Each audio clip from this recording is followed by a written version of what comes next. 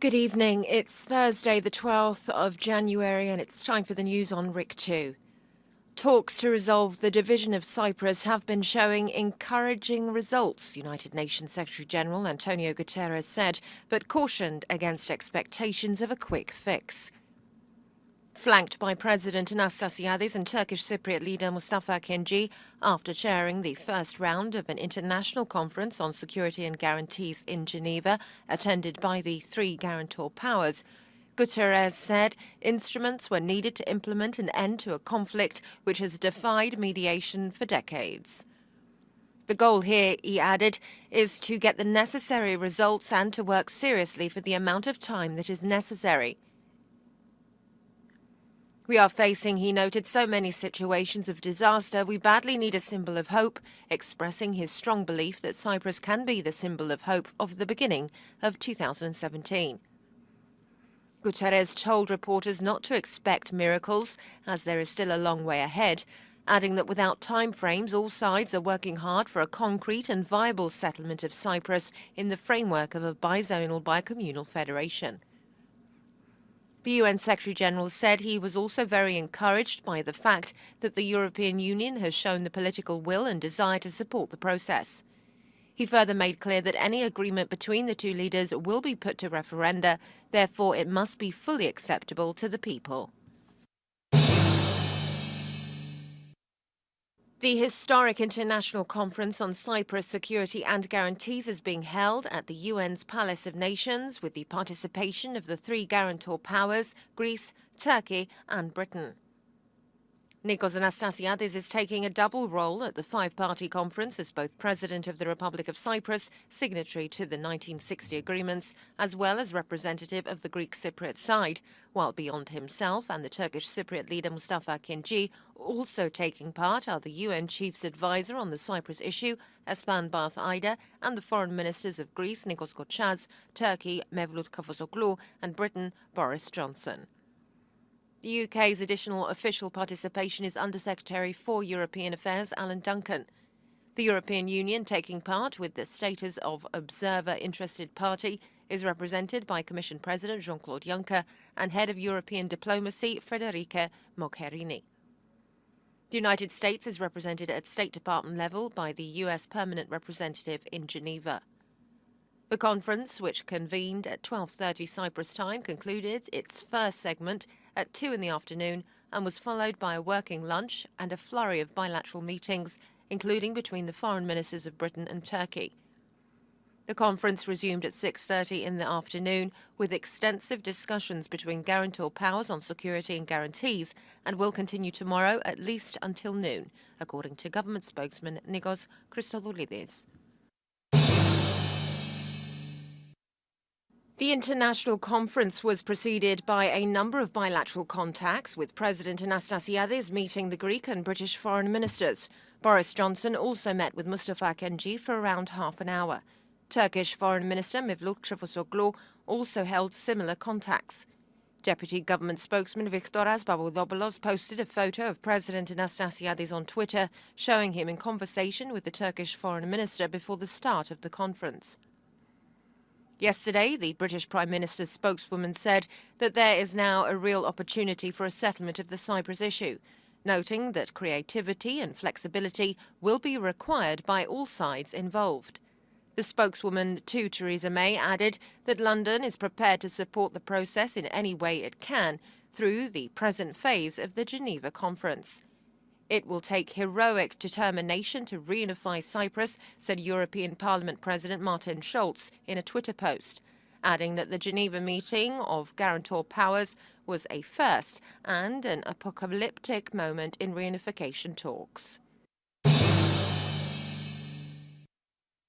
The Greek Cypriot side is attending the Geneva conference with the home front in disarray as three centre-wing political leaders, members of the National Council, excluding Citizens Alliance President Yorgos Lilikas, decided not to attend the conference in protest at the methodology of the process.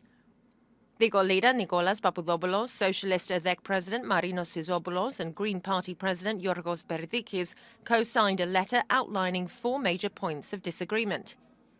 Meanwhile, Solidarity Movement President Eleni Theocharous left Geneva this morning in protest over the process.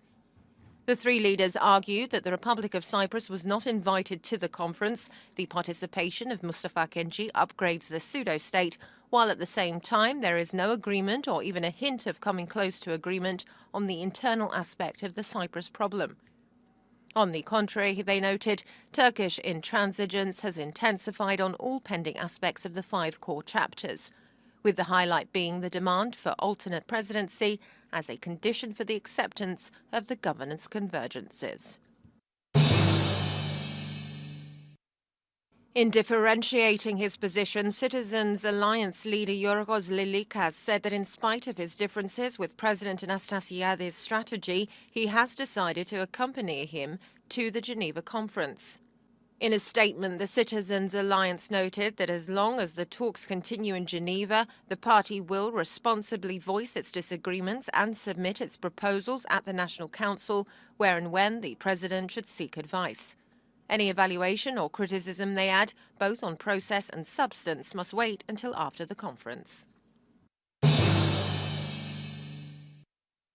Greece is committed to resolving the decades-long division of Cyprus, and its Prime Minister will join talks in Geneva this week if there is a willingness by all sides to agree on security concerns. The Greek government is committed to working hard to finding a solution, spokesman Dimitris Tsanagopoulos told a news briefing. If there is willingness by all sides, he added, in finding a commonly agreed solution regarding security, then the Prime Minister will travel to Geneva and we will have a chance to reach a just and viable solution to the Cyprus issue. The Turkish Foreign Ministry said in a statement that Cyprus issue negotiations are at the final phase, while Turkish Minister for Europe Ömer Çelik noted that if talks show significant progress, Prime Minister Binali Yildirim will possibly be travelling to Geneva. Çelik noted that in such a case, the Prime Ministers of Greece and Britain will also be doing the same. He further made clear that Turkish President Tayyip Erdogan will not be attending the conference. Turkey will hold elections if Parliament fails to approve a constitutional reform package expanding President Tayyip Erdogan's powers, a ruling AK party lawmaker said, after MPs threw punches and shoved one another in Parliament overnight in a debate on the reform package, adding to the sense of political and economic unease that has helped push the lira to record lows this week. The AKP, backed by the nationalist MHP, is pushing through the legislation that Erdogan says will bring the strong leadership needed to prevent a return of the fragile coalition governments of the past. Under the current reform plans, presidential and general elections will be held in 2019. The reform will enable Erdogan to appoint and dismiss government ministers, take back the leadership of the ruling party, and govern until 2029. The main opposition CHP and the pro-Kurdish HDP, the second largest opposition party, fear these changes will fuel authoritarianism. Lawmakers from the AKP and CHP came to blows as they crowded around the Assembly's podium during heated debate overnight. Despite the standoff, the third, fourth and fifth articles of the 18-article bill were approved in the parliamentary session, which continued until the early hours. The bill needs the support of at least 330 deputies in the 550-seat Assembly to go to a referendum expected in the spring. The AKP has 316 deputies eligible to vote and the MHP 39. Now a look at the weather. Clear skies tomorrow. Winds will initially be light westerly to northwesterly, later turning moderate force 3 and gradually northwesterly to northeasterly over slight seas.